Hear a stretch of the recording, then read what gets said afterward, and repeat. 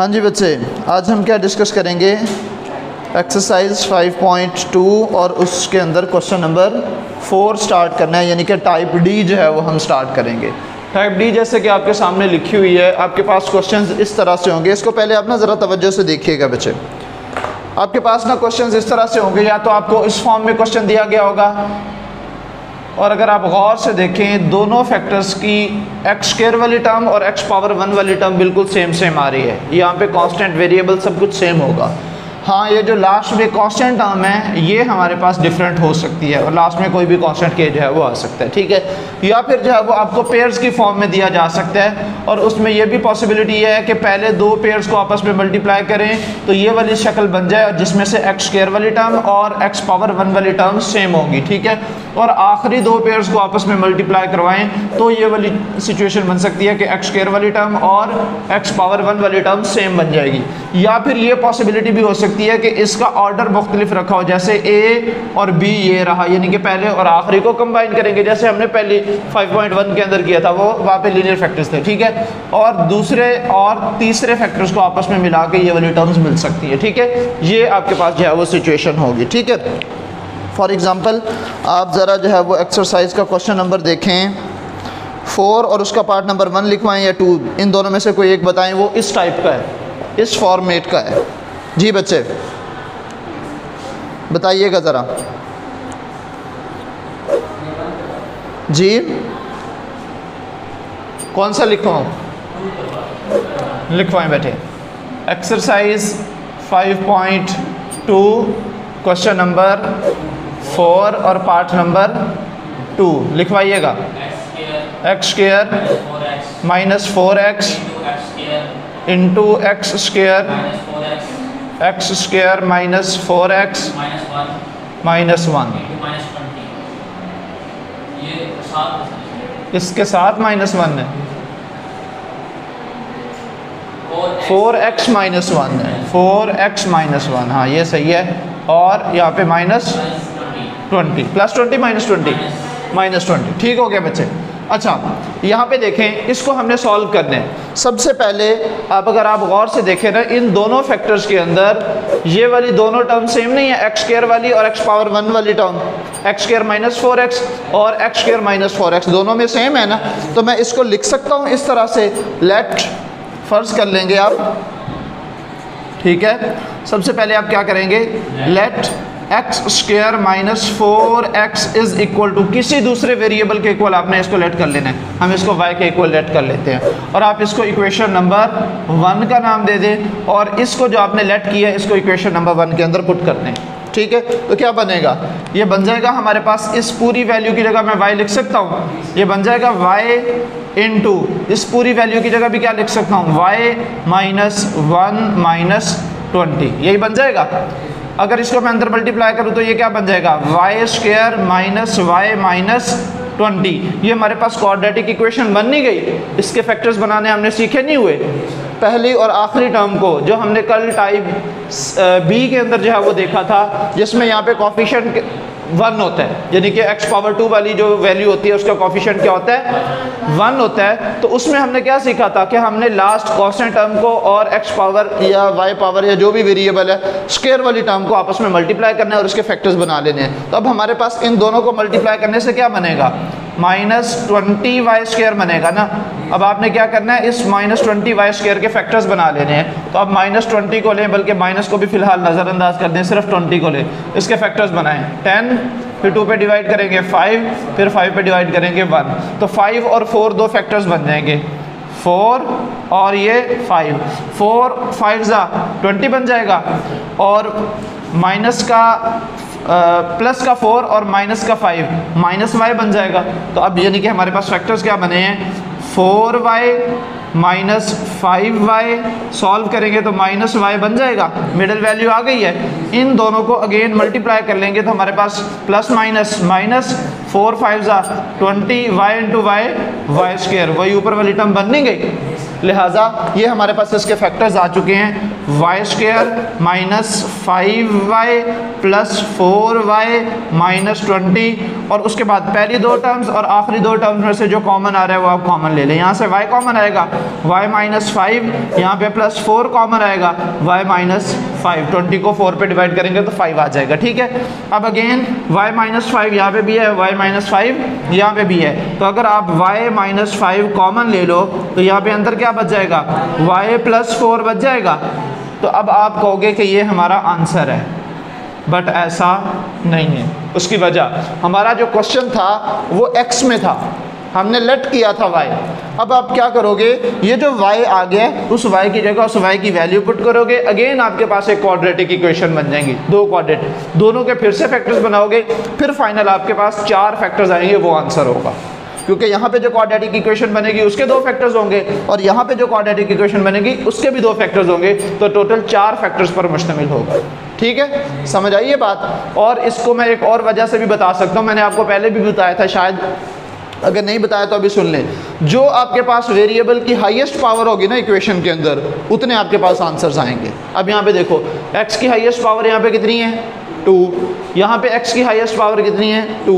अब आप ये सोच रहे होंगे कि x की हाईएस्ट पावर तो 2 है, आंसर 2 आने चाहिए, 4 क्यों आ रहे हैं। सवाल प्रोडक्ट की फॉर्म में भाईजान, ये भी अब x स्क्वायर को मल्टीप्लाई करोगे x पावर 4 हो जाएगा, तो लिहाजा 4 आंसर आएंगे, 4 लीनियर फैक्टर्स जो है वो आपके पास आएंगे, जो कि इसका सोल्यूशन सेट होंगे, जो इसका आंसर होंगे, ठीक है। जिसको आप 10th में जाके ना रूट्स ऑफ इक्वेशन कहोगे, क्या कहोगे, रूट्स ऑफ इक्वेशन, ठीक है। अब आप इसको अगेन जो है, ये जो इक्वेशन नंबर 2 थी, इसको आप इक्वेशन 2 कह लें, और इसको आप इक्वेशन नंबर, ये आंसर नहीं है, इसको आप इक्वेशन नंबर 3 कह लें, और आप कहो जी put equation 2 in equation 3, put 2 in 3। तो मैं इसको लिख सकता हूँ, पुट 2 इन 3, इसका मतलब अंडरस्टूड ये है कि इक्वेशन 2 को इक्वेशन 3 के अंदर मैंने पुट करना है। तो y की जो वैल्यू दी है मैं वो यहाँ पे रिप्लेस कर दूंगा। y की वैल्यू क्या बनी है, यहाँ पे y की हमने क्या वैल्यू लेट की हुई थी, एक्स स्क्वायर माइनस 4x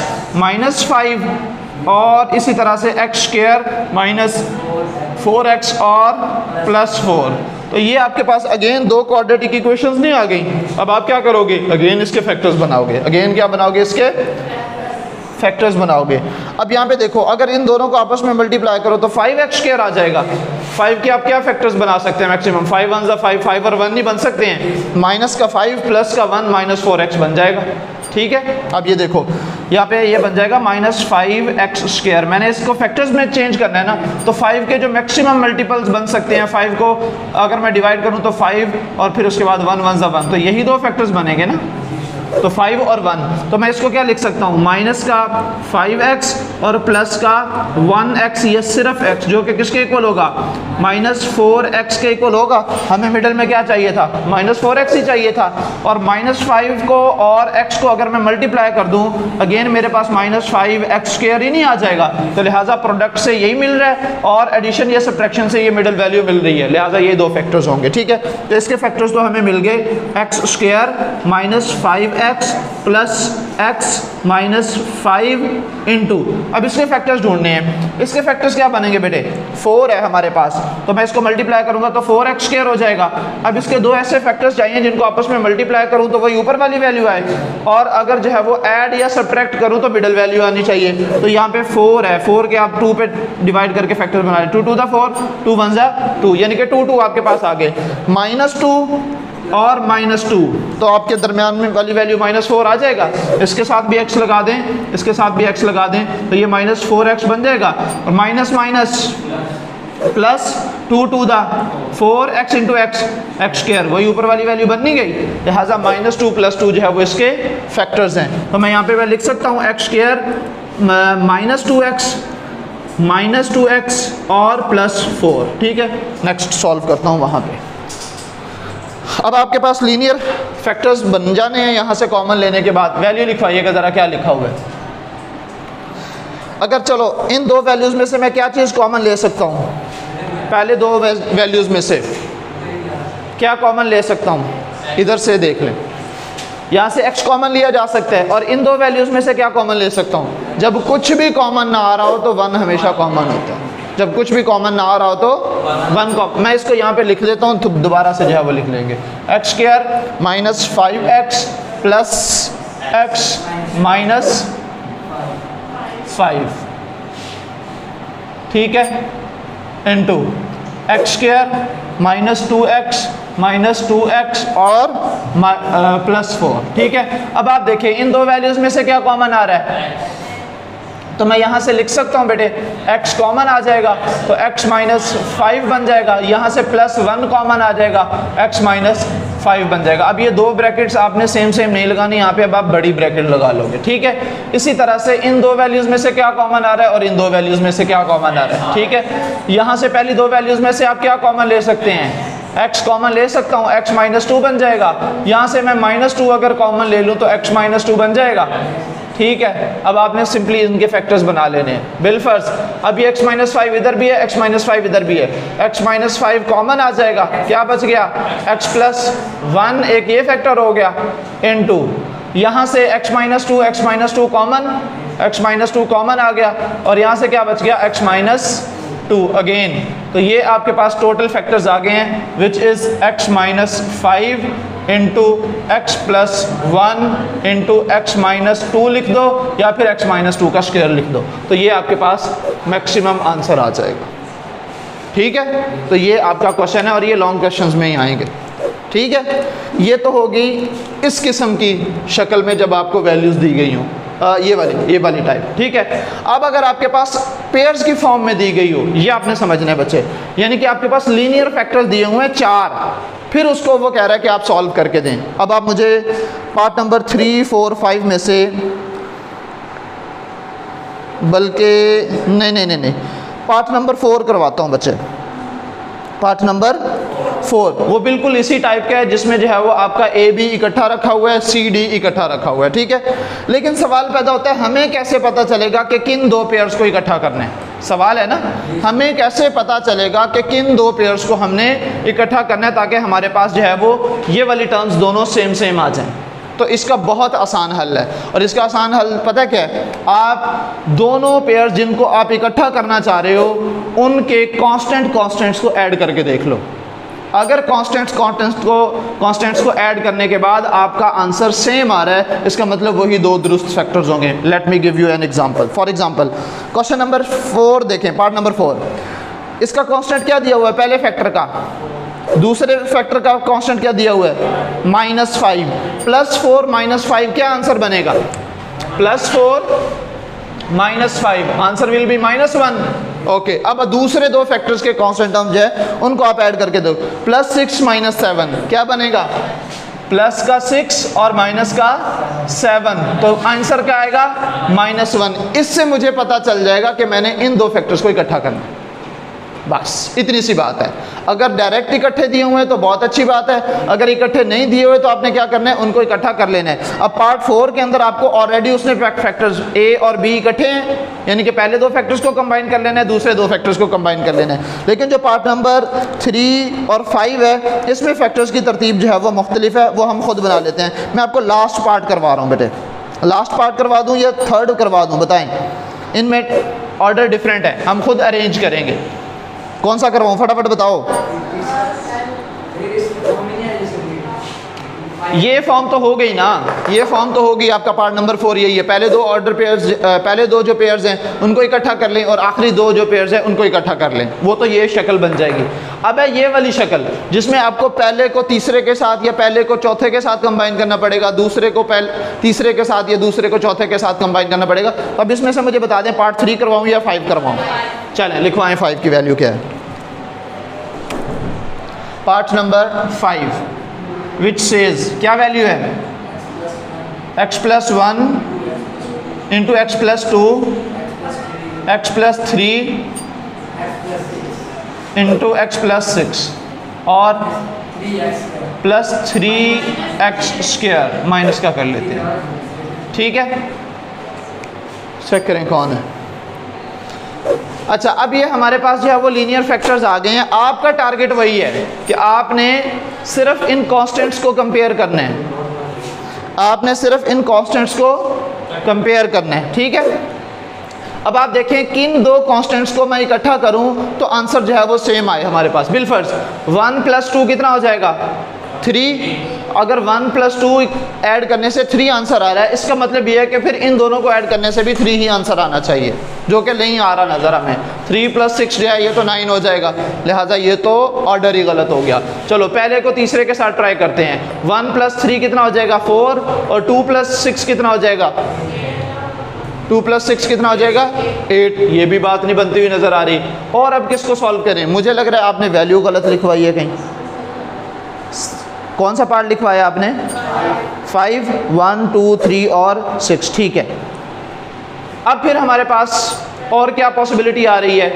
1, 2, ये हमारे पास 3 बन जाएगा। ये इसको और इसको अगर इकट्ठा करें तो कितना बन जाएगा 4 बन जाएगा, और इसको इकट्ठा करें तो हमारे पास कितना बन जाएगा 8 बन जाएगा। अभी भी हमारे पास करेक्ट तो नहीं बनता नज़र आ रहा, ऐसे ही है।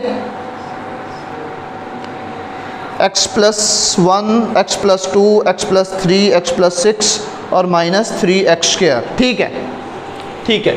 अच्छा आप एक काम करें, आप फर्स्ट फैक्टर को जो कि x + 1 है और लास्ट फैक्टर को, इनको ज़रा कंबाइन कर लें और इन दोनों को कंबाइन कर लें। एक्चुअली ये वाली जो वैल्यू दी हुई है ना, इसकी वजह से डिस्टर्बेंस क्रिएट हो रही है। ये जो वैल्यू दी हुई है ना, इसकी वजह से डिस्टर्बेंस क्रिएट हो रही है। आपने फर्स्ट को और लास्ट को कंपेयर कर लेना है। अब मैं इसको सॉल्व करता हूँ। बिल फर्स्ट क्या बनेगा? इसको रीअरेंज कर लें। रीअरेंज करने से हमारे पास क्या आएगा? x + 1 × x + 6 × x + 2 और x + 3 - 3x², ठीक है। 3x² है बच्चे। इन दोनों को मल्टीप्लाई कर लो, इन दोनों को मल्टीप्लाई कर लो। क्या बनेगा? x × x, x², x × 6 + 6x, 1 × x + x, 1 × 6 + 6 हो जाएगा, ठीक है। उसके बाद हमारे पास यहाँ पे क्या बन गया? ये तो यहाँ तक ठीक हो गया। और उसके बाद यहाँ पे हमारे पास x × x, x² और x × 3, 3x, और उसके बाद 2 × x, 2x और 2 × 3, 6, 6। ठीक हो गया बच्चे? यहाँ तक क्लियर है? अब ज़रा आगे चलें। ये हमारे पास x² + 7x + 6 × x² + 5x + 6। अब अगर हमारा टारगेट क्या था, हमने कोई सी दो टर्म्स को इकट्ठा करके y के इक्वल लेट कर लेना, यही टारगेट था ना।